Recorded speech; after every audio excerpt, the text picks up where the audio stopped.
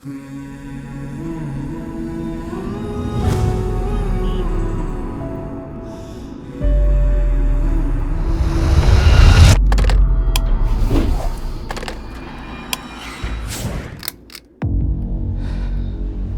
an EV in India, now that is a problem. This is the all-new Hyundai Kona, India's first all-electric SUV. And in case if you're wondering why I'm not charging this at one of those fast charging stations, welcome to Power. My name is Abhik and let me tell you why.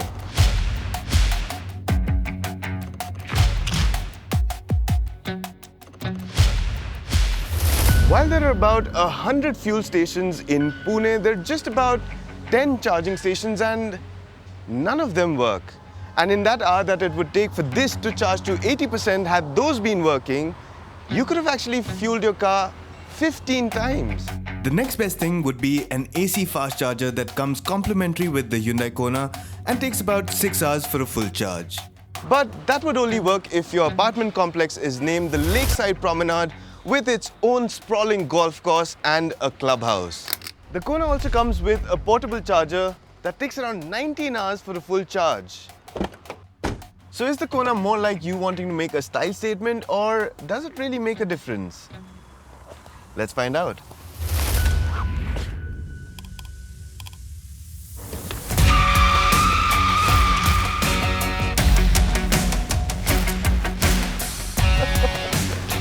It really picks up well. Even if you're prepared for this in your head, electric motors, instant torque, Tesla's beating Lamborghinis, but nothing prepares you for this. It's a different rush, that feeling of pure torque pushing you back into these comfy seats, which, by the way, are both heated and cooled.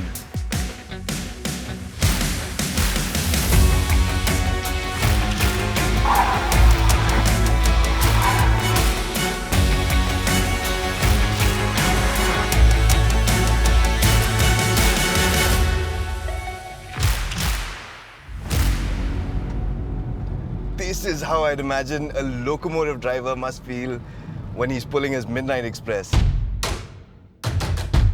And in sport mode, even at path throttle, you're faster than anybody else on the road.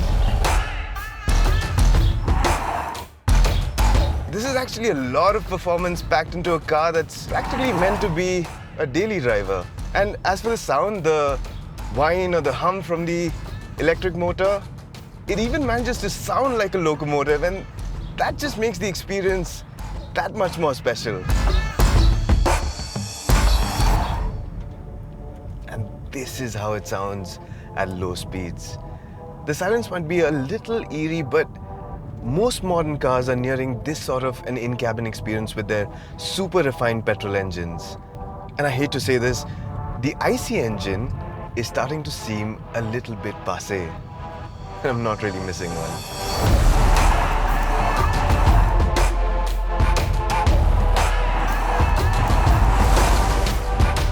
We're not saying that this is better, but honestly, the RB26 2JZ, their days are long gone. Today, even an AMG uses a 4-cylinder turbo, and engines in everyday cars, they've never been so detached and insipid. So the Hyundai Kona with its 4 electric motors and weird musical grille just happened to offer a more unique driving experience. A different rush. What's also a different rush is the handling. That feeling of being anchored from below, like an unseen weight pivoting the car, like the toes of a ballerina. That unseen weight would be the battery pack, the heaviest component of the Kona. A thick bar of lithium-ion cells stacked closely together, it is placed at the lowest point of the vehicle for a lower center of gravity than your Hyundai Creta or Kia Seltos. And that makes it handle fundamentally better than any other compact SUV out there. And the leech-like grip, it stays on no matter how obtuse the corner gets. It's almost as if it has rear-wheel steering. And that urges you to push harder and faster into corners until the tires start protesting. And understeer. We went looking for it, couldn't find it. So much so that it didn't feel front-wheel driven at all.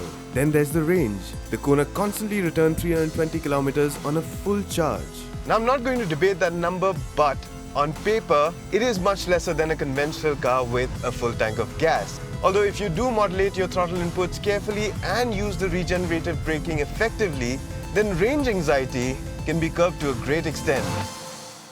Of course, you do need to plan your journeys more, but here's the thing. If you've bought something like this today, then you've probably planned out everything already. For you, these inconveniences are a small price to pay. After all, you've signed up in the nascent stage of a revolution. And in this revolution, you can almost bring the car to a halt without touching the brakes. It almost feels like an aircraft reversing its engines when it lands. It's an uncanny effect, but the more you start using it, the more sense it starts making.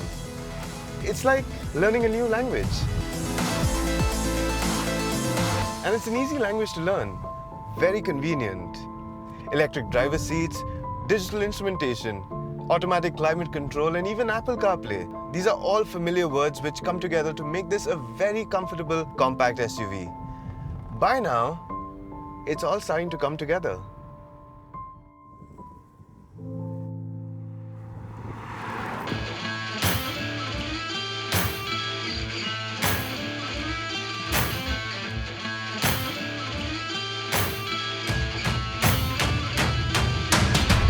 Driving this car has been an epiphany of sorts. In fact, I've said it before and I'm going to say it again.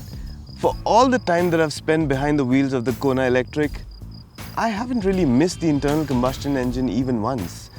And that's because I've realized that I actually love driving as an act that perhaps transcends my love for the internal combustion engine. So if a car can go just as well, just as fast, and probably even better, just like the Kona Electric does, it doesn't really matter if it's miles per gallon or miles per kilowatt hour.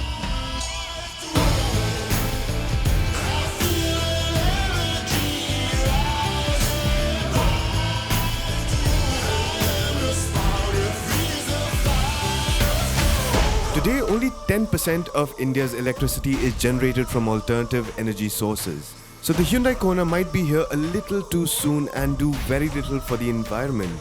But it is here to change the way you and I drive. And for that reason alone, it is more than just a fashion statement.